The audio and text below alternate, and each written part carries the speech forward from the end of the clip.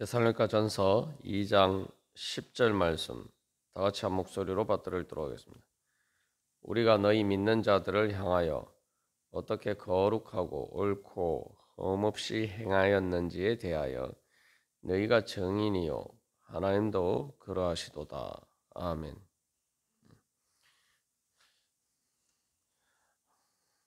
하나님의 복음은 바로 예수 그리스도를 통해서 우리로 하여금 최후의 심판 자리에서도 주님 의롭다 하심을 인정받고 하나님 나라에 들어갈 수 있다는 것입니다.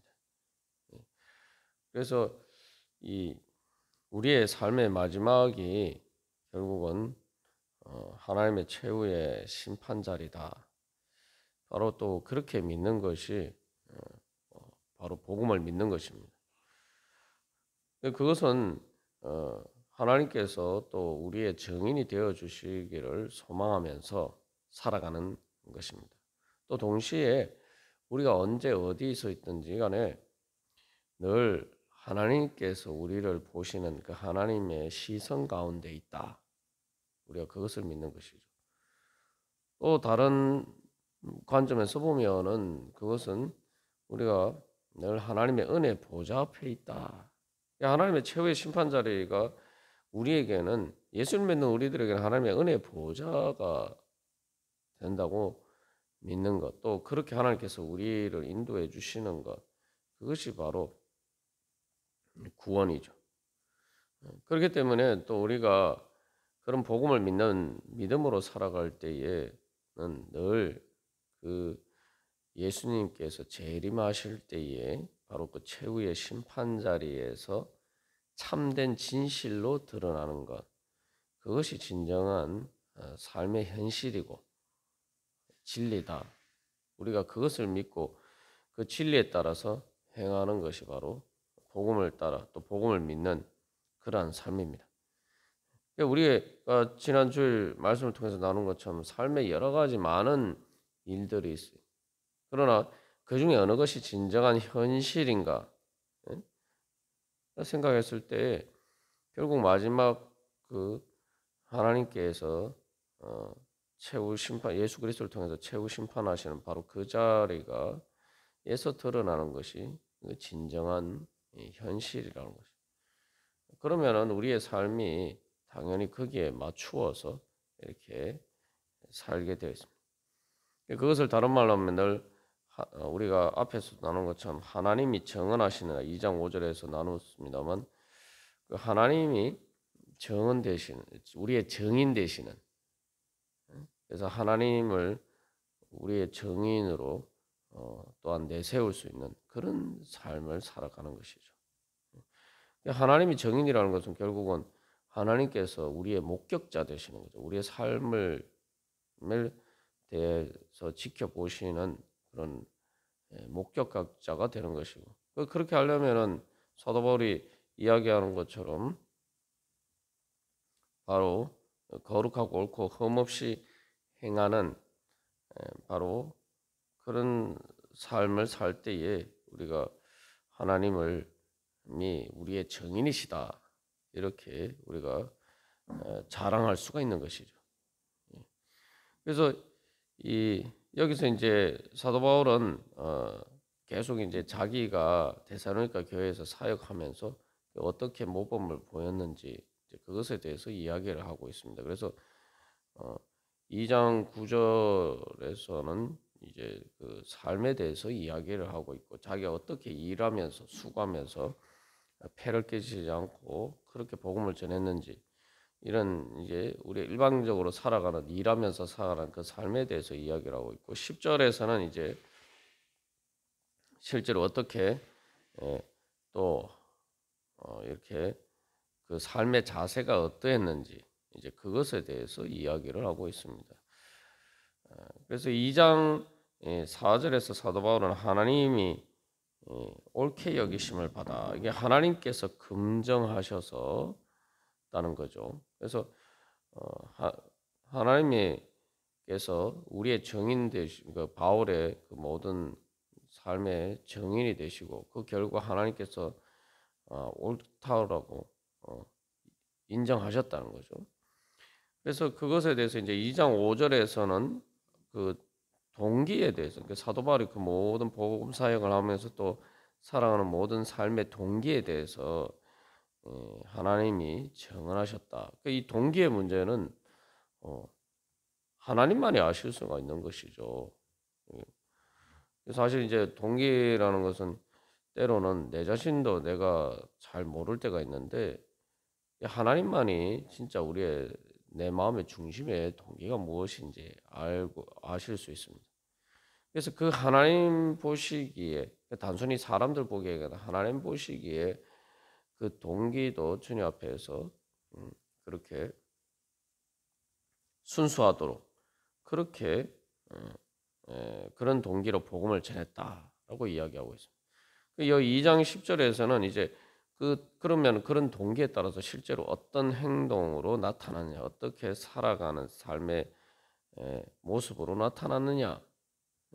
이제 그 동기는 데살로니가 교회 교인들이 사람들이 알 수가 없지만 겉으로 드러나는 행동은 이제 사람들이 보고 알 수가 있죠. 그래서 그것에 대해서 이제 그 행동에 대해서는 이제 단순히 하나님뿐만 아니라 사람들도 그러니까 데살로니가 교회 교인들도 너희도 그죠? 너희도 그렇게 바로 증인이 되어서 그런 것을 이렇게 볼 수가 있도록 그렇게 행했다는 것입니다. 그래서 결국 이제 사도 바울이 이런 이야기를 이제 계속하는 것은 앞에서도 이제 데살로니가 교회 교인들이 바로 바울 일행과 그 주님을 본받는 자가 되었다라고 이야기하는데 바로 그런 것처럼 계속 바로 그런 믿음 가운데서 우리와 주님을 본받는 자가 되어라. 이제 그것을 사실은 이제 다시 상기시켜 주기 위함이죠. 그래서 그 믿음에 굳건하게 서서 더욱더 흔들리지 말고 그렇게 바울을 통해서 보고 배운 것처럼 그렇게 이제 살아가도록 그래서 믿음 안에서 주님을 본받으면서 그렇게 살아가라고 사실은 이제 권면하는 것입니다. 여기서 이제 우리가 그 하나님 앞에서 우리가 어떤 동기와 어떤 행동으로 살아가느냐 이것이 이제 우리의 삶의 기준이 되어 있는 거죠. 이게 우리가 1장 10절에서 자세하게 나눈 것처럼 예수님께서 바로 최후의 심판 자리에서 우리를 건져 주시기를 소망하면서 산다면은 우리는 항상 내 삶의 자리가 내가 언제 어디 있든지 바로 하나님 그 예수님께서 최후 심판하시는 그 예수님께서 모든 예수님의 그러한 그 안에 있다. 그것을 이제 믿으면서 살아가야 됩니다. 우리가 세상에서 살다 보면은 종종 이 하나님이 우리의 증인 되시는 그 시선을 대해서 잊어버리고 살 때가 많습니다. 그러나 우리가 그런 시선 가운데 살 때 사실 우리가 제대로 살아갈 수 있을 뿐만 아니라 또 하나님의 은혜 가운데서 이제 살아갈 수가 있죠. 자, 그래서 여기서 이제 특별히 사도 바울이 하나님과 그다음에 데살로니가 교회 교인들을 증인으로라고 이야기하면서 이제 자기 삶에 대해서 이제 이야기를 하고 있는데 여기서 그래서 이제 증인은 원래 이제 한 사람만 가지고 되지 않고 이제 두 사람 이상이 있어야지 그 유대 구약의 율법에 의하면 이제 제대로 된 증인으로 인정하죠. 왜냐하면은 그래야지만 그 서로 이렇게 제대로 진실을 확인할 수가 있기 때문에 여기서도 이제 보면은 이제 하나님뿐만 아니라 데살로니가 교회 교인들도 이제 증인으로 이야기 부르고 있는 것이나 마찬가지입니다. 그래서 그것을 통해서 다시 한번 바울이 자신의 삶의 모습에 대해서 확실하게 증언하는 것이죠. 여기서 이제 계속 사도 바울이 왜 이런 이야기를 할 필요가 있느냐 이렇게 생각할 수가 있는데 앞에서 나눈 것처럼 그러니까 바울이 이렇게 갑자기 그런 박해를 받아서 데살로니가 교회를 떠날 수밖에 없었기 때문에 특별히 이제 2장 17절에서 이야기하는 것처럼 바로 그런 상황 가운데 있었기 때문에 어떻게 보면은 이제 그 바울을 반대하는 사람들이 또 데살로니가 교인들을 핍박하는 사람들이 바울에 대해서 어, 이제 저렇게 신실함이 없는 사람이다, 저렇게 비겁하다, 뭐 여러 가지 그런 식으로 이제 바울에 대해서 이게 흠집을 내려가죠. 이게 이제 전형적으로 어떤 메시지를 못 믿게 할 때에 그 메시지를 전하는 사람들에 대해서 흠을 잡는 그 흔히 이제 메시지를 공격하기 위해서 메신저를 공격하는 바로 그러한 전형적인 사실은 이게 수법이죠. 그러 이제 그러한 것들에 대해서 우리가 제대로 이렇게 막아내지 못하면 거기에 넘어가게 되면은 하나님의 말씀의 진리를 제대로 못 믿게 되죠. 그래서 오늘날도 이제 이런 문제들이 계속 이렇게 발생을 하죠.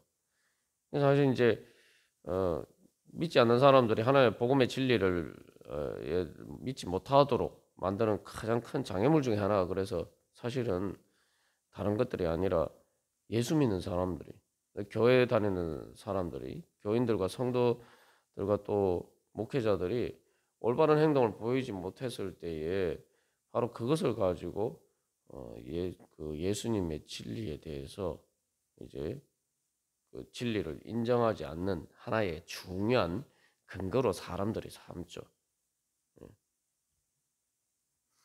그러니까 실제로 또 그런 올바르지 못한 행동 때문에 그럴 때 수도 있고 또 그렇지도 않은데 이제 그것을 이제 모해해서 그런 식으로 잘못 또 오해하거나 아니면 의도적으로 또 그것들을 어떤 진실을 왜곡해서 이제 그렇게 공격하기도 합니다. 그러니까 이제 데살로니가 교회 교인들도 계속 그런 공격에 노출이 되어 있단 말이죠. 그러다 보면은 아유 이게 바울이 통해서 전해진 복음을 우리가 믿고 있는데 이게 진짜 믿을 만한 것이냐? 자꾸 이런 생각이 들기 마련이죠. 그래서 사실 이제 바울이 옳은 행동을 했다 하더라도 사실 이제 가장 큰 장애물이 있죠. 우리가 계속 이제 데살로니가 이 전서의 가장 중요한 주제 중에 하나인데 바울이 아무리 뭐 옳게 여기서 지금 10절에서 이렇게 이야기를 해도 아니 예수를 믿는 것 때문에 뭐 옳게 행하고 뭐 흠없이 행하고 거룩하게 행하고 그렇게 하면 뭐하냐? 그렇게 해도 이렇게 핍박과 박해를 받고 고난을 받고 잘 살게 되는 것이 아니라 이렇게 힘들게 되는데 예수 믿는 것 때문에 이렇게 고난을 겪는데 어떻게 이 복음을 이게 진짜 우리에게 복음이냐? 이게 어떻게 우리에게 축복이냐? 자꾸 이렇게 생각하게 된단 말이죠. 그래서 거기에서 이제 지금 데살로니가 교회 상황에서 이제 그 바울이 전한 복음을 믿지 못하게 하는 가장 중요한 이런 이제 환란이란 말이죠. 고난이 삶의 고난이. 그러니까 이게 뭐 거룩하게 행하고 옳고 행하고 흠없이 행하는 그런 문제 때문에가 아니라 기본적으로 그런 것 자체가 사실은 다른 사람들이 그렇게 공격하지 않아도 계속 그런 문제 속에 노출이 돼 있단 말이죠. 근데 거기에다가 이제 바로 그렇게 됐을 때에 사람들이 자꾸 어떻게 생각하냐면은 그런 것들이 때문에 이 거룩하고 옳고 흠없이 행한다는 사실도 믿지 못하도록 자꾸 이렇게 에, 그렇게 유도한단 말이죠. 그게 이제 또 죄와 사망 약한 권세가 마귀가 우리를 유혹하고 또 우리의 믿음이 자꾸 흔들리도록 만드는 일입니다. 그래서 여기서 이제 우리가 한 가지 돌이켜 계속 우리가 앞에서도 나누었습니다만 내가 복음을 왜 믿는가? 내가 정말 하나님의 심판대 앞에 서기를 는 것을 섰을 때에 내가 구원받기를 소망하면서 복음을 믿는 거야. 내가 아니면은 내가 복음을 믿는 것이 그저 다른 예수님 믿지 않는 사람도 얻을 수 있는 그냥 그렇게 세상에서 사는 것. 내가 그것을 때문에 복음을 믿는가. 그 후자라면은 우리가 뭐 사실 복음을 믿어도 필요가 없죠. 그래서 사실은 이제 그러나 하나님 앞에 설 때는 살아계신 하나님의 심판대 앞에 섰다라고 할 때는 우리의 삶의 기준이 달라지죠. 우리의 삶의 기준이 내가 뭐 세상 사람들 그래서 세상 사람들이 부러워하는 그런 흔히 세상 영광 속에서 살아가는 것 그것이 내 삶의 기준이야. 그것으로 내 삶이 평가받느냐? 야, 아니란 말이지. 하나님이 정말 살아계시고 그래서 예수님이 최후의 심판자가 되신다면은 그 예수님이 평가하는 삶의 기준, 예수님 앞에서 그래서 앞에서 이제 그 시험이라는 말이 나왔는데 그 하나님께서 이제 검증하셨다. 그 옳게 여기심을 받았다. 2장 4절에서 그 검증한단 말입니다. 그 최후 심판의 불 앞에서 거기서 남는 것이 뭐냐? 그 사도 바울이 다른 곳에서 이야기한 것처럼 뭐 돌이 흙이나 뭐 지푸라기나 뭐 그런 것들 불 속에 들어가면은 다 타서 없어지는 그런 것이 그렇게 되면은 우리에게 사실은 우리의 삶이 헛된 것이 돼요. 그러나 하나님의 최후의 심판의 불 가운데서도 우리가 다 타지 않고 남는 것 정말 우리 안에 그 순금과 같은 바로 영원한 하나님의 생명과 그 거룩함이 우리 가운데 있느냐. 그래서 어떻게 보면 사도 바울이 10절에서 이야기를 하는 이유는 나는 내 삶의 기준을 바울이 이제 이야기하는 거죠. 내 삶의 기준을 세상 사람들의 세상 영광이나 그런 기준에 따라서 나는 살지 않는다. 내가 그렇게 살 것 같으면 내가 너희들에게 복음 전하라고 내가 그렇게 고난을 받으면서 그렇게 힘들게 살 이유가 뭐가 있느냐. 내 삶의 기준은 그게 아니다. 내 삶의 기준은 예수님의 그런 최고의 심판자리 앞에서 주님 앞에서 거룩하고 옳고 흠없이 행한 것이 드러나기 위해서 그것을 내가 인정받기 위해서 나는 그 기준에 따라 산다. 그러니까 우리가 이 기준이 분명해야지 복음을 믿을 수가 있는 거죠. 그러니까 그것이 진짜 마지막에 우리에게 남는 것이고 내가 삶께서 이것을 내 삶의 기준으로 놓고 살아갈 때 내가 이렇게 살아야 제대로 사는 것이다. 세상에서 뭐 성공 이야기 많은데 성공적인 삶이 뭐냐? 세상에서 성공 보통 얘기하는 그 성공했다는 그런 모든 열매들은 전도서에서 아주 뭐 적나라하게 잘 지적하고 있습니다만 다 그렇게 이루어지지만 결국 죽고 나면은 뭐 살아남은 사람한테는 그게 뭐 유익이 있을지 모르지만 결국은 재산을 모아서 다 살아있는 사람들에게 다 주고 죽는 자기에게는 아무 소용이 없어요. 결국 세상이 말하는 성공이라는 것은 결국은 실제로 마지막 죽음의 실패 앞에서 모든 것들이 결국은 다 그 죽음에서 이기지 못하면은 다 실패인 거예요. 인생이 다 실패예요, 그냥. 그런 걸 근데 사람들은 자꾸 세상의 성공이라고 생각하고 그렇게 그게 삶의 기준을 놓고 살아갈 때가 많단 말이에요. 그러나 사도 바울은 그런 삶의 기준을 따라 살지 않는다. 그래서 하나님이 인정하시는 삶, 그것을 내 삶의 기준으로 놓고 살아갈 때 내가 내 삶이 헛되지 않고 영원하신 하나님이 앞에서 그렇게 인정받는 그런 나는 바로 그러한 성공의 기준에 따라서 살아가고 있다. 그러니까 이제 하나님도 그러하시도다. 하나님은 당연히 그러시죠. 그런데 그래서 너희가 정인이요라는 것은 너희도 바로 그런 기준에 대해서 삶의 그 성공을 판단하고 내가 삶을 어떻게 살아야 되는지 그렇게 판단하는 바로 그런 정인이 되어야 된다. 그 이야기를 하고 있는 거예요.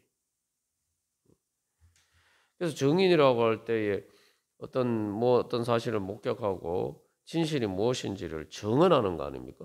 그 정언할 때 너희가 또 정인이라는 거는 바로 바울과 같이 사는 삶이 바울과 같이 예수님을 믿고 하나님께서 사람들에게 아첨하거나 사람들에게 잘 보이려고 사람의 영광을 구하면서 살지 않고 하나님의 영광을 구하면서 그렇게 복음을 따라서 예수님을 본받아서 그렇게 순수한 동기로 주님의 뜻을 따라 살아가는 삶, 그것이 바로 진짜 제대로 된 삶이고 성공적인 삶이다. 너희가 그런 것에 대한 그렇게 인정하는, 그렇게 정언하는 너희가 그런 사람이 돼야 되지 않겠느냐. 그래서 바울이 사실 이제 그 이야기를 하고 있는 겁니다. 그래서 우리가 오늘도 이 주님 앞에서 내가 섰을 때 내가 결국 내 삶의 모든 것들을 바라보시고 인정하시는 하나님께서 인정하시는 그런 삶을 사는 거예요. 그리고 그래서 여기서 또 우리가 중요한 거에서 너희도 정인이라고 하는데 우리도 다른 사람은 내 자신뿐만 아니라 또 다른 사람들의 삶을 평가할 때도 다른 사람들을 평가할 때도 세상적인 기준으로 그 사람들을 평가하면 안 된다는 거죠. 세상적인 기준으로 평가하면은 바울은 실패한 사람이지. 사실은 뭐 인간적인 모습으로 보면 얼마나 초라해 보일 뿐만 아니라 또 비굴해 보이겠습니까? 그렇게 뭐 박해를 받아가지고 어쩔 수 없이 추방당했잖아요. 데살로니가에서 데살로니가 그 저기 정부에 의해서 추방당했단 말이에요. 그 쫓겨가는 모습, 추방당하는 모습, 인간적인 관점에서 보면 완전히 실패한 삶이고 비겁하고 초라해 보이는 그런 삶이에요. 그래서 근데 우리가 우리 자신에 대해서도 마찬가지고 또 다른 사람들도 마찬가지고 자꾸 그런 세상적인 기준으로 평가하는 그런 정인의 자리에 있을 때 내 자신에 대해서도 마찬가지. 우리가 그렇게 서면은 결국 우리는 그 기준에 따라 살아갈 수밖에 없어요. 그렇게 되면 우리는 예수님께서 최후의 심판자로서 서시는 바로 그 자리에 설 때 우리의 삶은 다 헛된 것이 되고 맙니다. 우리가 다시 한번 내가 그래서 이 어떤 시선으로 어떤 관점에 따라서 어떤 기준에 따라서 내가 살아갈 것이냐 우리가 다시 한번 바로 그러한 것을 돌이켜 보면서 내가 주님 보시는 관점에 따라서 또 그래서 바울과 같은 그러한 삶의 기준과 따라서 말 그대로 복음의 정인으로서 부활의 정인으로서 바로 그런 삶을 살아가기를 소망하면서 주님 앞에 나아갈 때 또 우리가 그렇게 살아갈 수 있도록 주님께서 우리에게 지혜와 능력을 주시고 또 우리에게 그렇게 또 주님의 능력으로 그렇게 살아갈 수 있는 그러한 정인이 될 수 있을 줄 믿습니다. 다 같이 기도드리시겠습니다.